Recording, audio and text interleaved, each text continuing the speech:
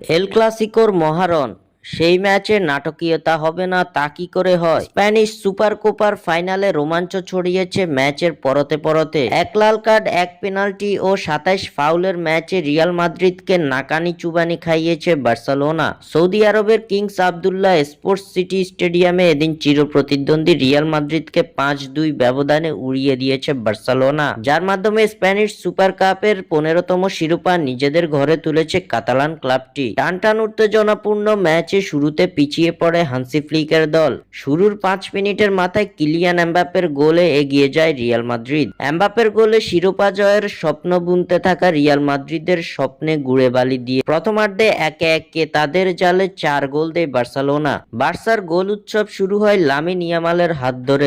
২২তম মিনিটে ইয়ামালের গোলের পর পেনাল্টি থেকে গোল করেন রবার্ট লেভানদস্কি।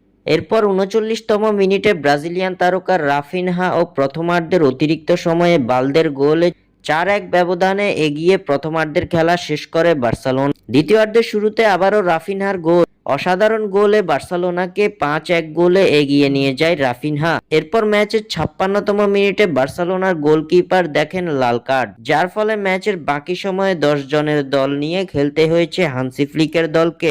১০ জনের বার্সেলোনার সামনে কেবল একটি গোলের দেখা পেয়েছে রিয়াল মাদ্রিদ। ব্রাজিলিয়ান তারকা রদ্রিগো গয়েজের গোলে কিছুটা ব্যবধান কমালেও তাতে কোনো লাভ হয়নি। ফলে শেষ পর্যন্ত ৫-২ গোলের বিশাল জয় নিয়ে ১৫তম বারের মতো স্প্যানিশ সুপার কোপার শিরোপা জিতেছে বার্সেলোনা।